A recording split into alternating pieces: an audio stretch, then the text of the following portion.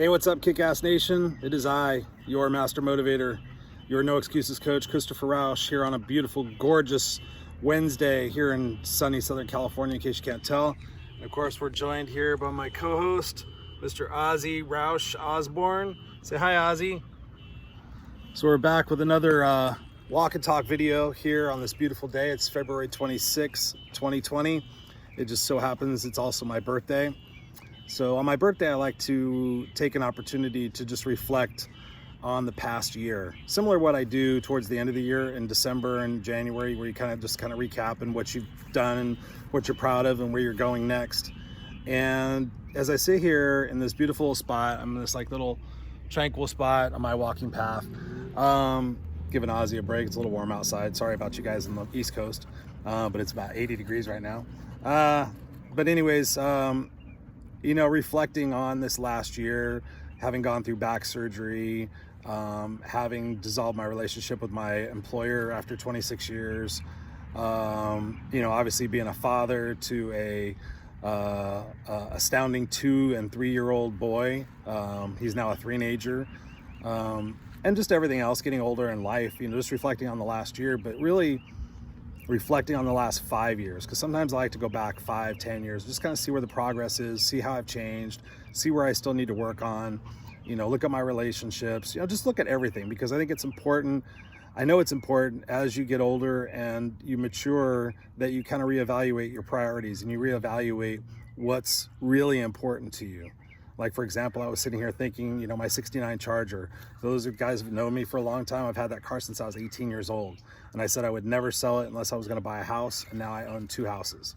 But the thought is starting to cross my mind of selling it, you know, for a couple of different reasons. But it's just that fact. It's like, I'm not 25 years old anymore. I'm not 35 years old anymore. What am I going to do with it? You know, do I have the finances to invest in it and really make it what I want it to be?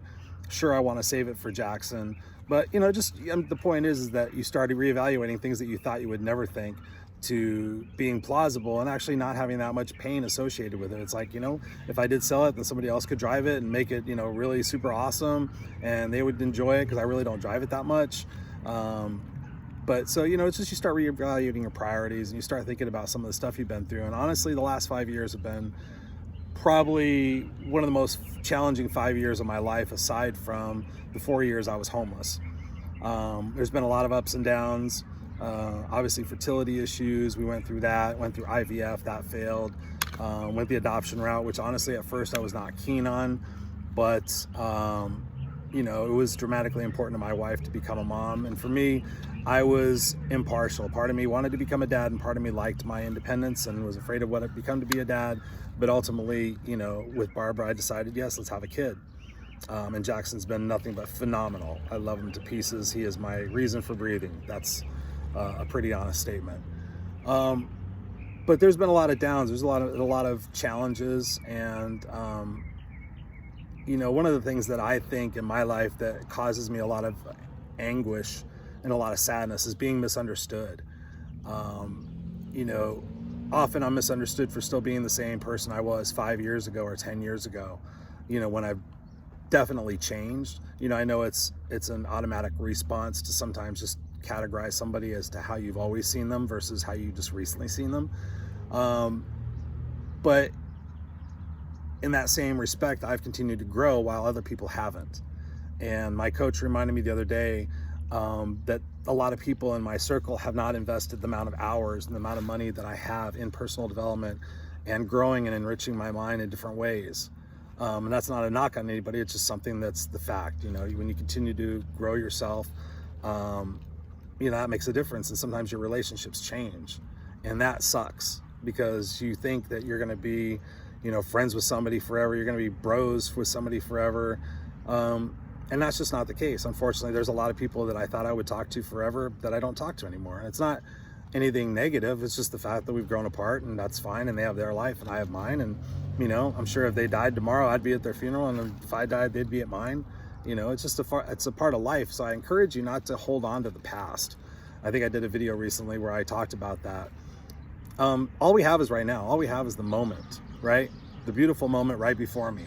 You know, sitting here with my kick-ass amazing dog. truly my best friend. Love this guy to pieces. I would take a bullet for him. Just embracing the moments. And, when you're in those valleys and, you're trying to struggle to find a reason to get to another peak, just remember that you've done it before, and just remember that you've landed on your feet, and just also remember the lessons that you learned that made you the person you are today because you went through that shit.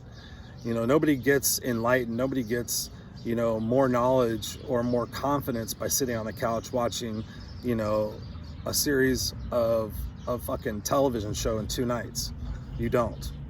So that takes investment, that takes work. And, today I'm having one of those days where it's just like, I'm all over the place in my thoughts, but I'm my own best coaching client, of course. But I just wanted to share this raw and vulnerable video with you to let you know that you're not alone. If you wake up some days and you're just like, what the fuck? Really? Another 40 years of this? What am I doing? And you think about just different aspects of everything, and I understand why people give up. I do. They just want the voices in their head to stop. But ultimately, we're all in charge of our destiny, and we have to sometimes make sacrifices. Sometimes we have to end relationships that we don't want to end in order to preserve our own mental health and to preserve, our future, and to kind of make things better than, potentially what could become horrible. And I've seen that happen in a lot of relationships, both friendships and, intimate relationships, where people just pushed it too long and then they wound up hating each other forever. Unfortunately, I can say with all honesty, I'm friends with all my exes, and I pride myself on that. It didn't work out, but I wish them all well, and I love them all, and would be there for them if they need anything.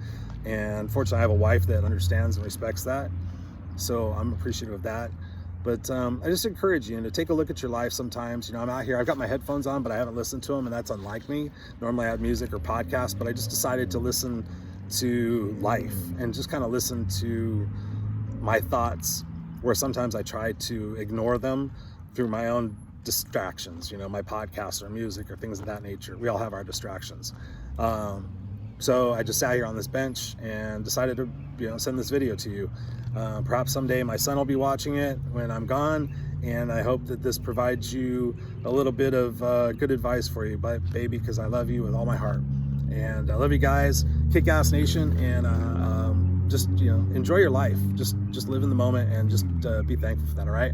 Thanks for all the love and support. Peace.